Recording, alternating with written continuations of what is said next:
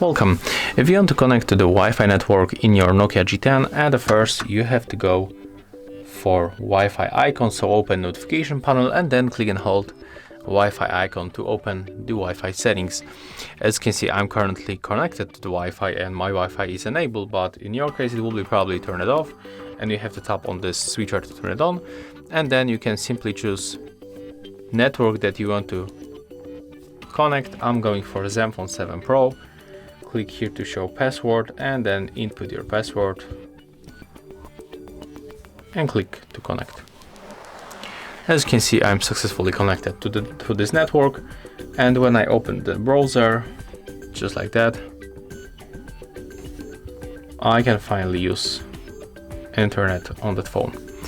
So if you find this video helpful, remember to leave a like, comment and subscribe.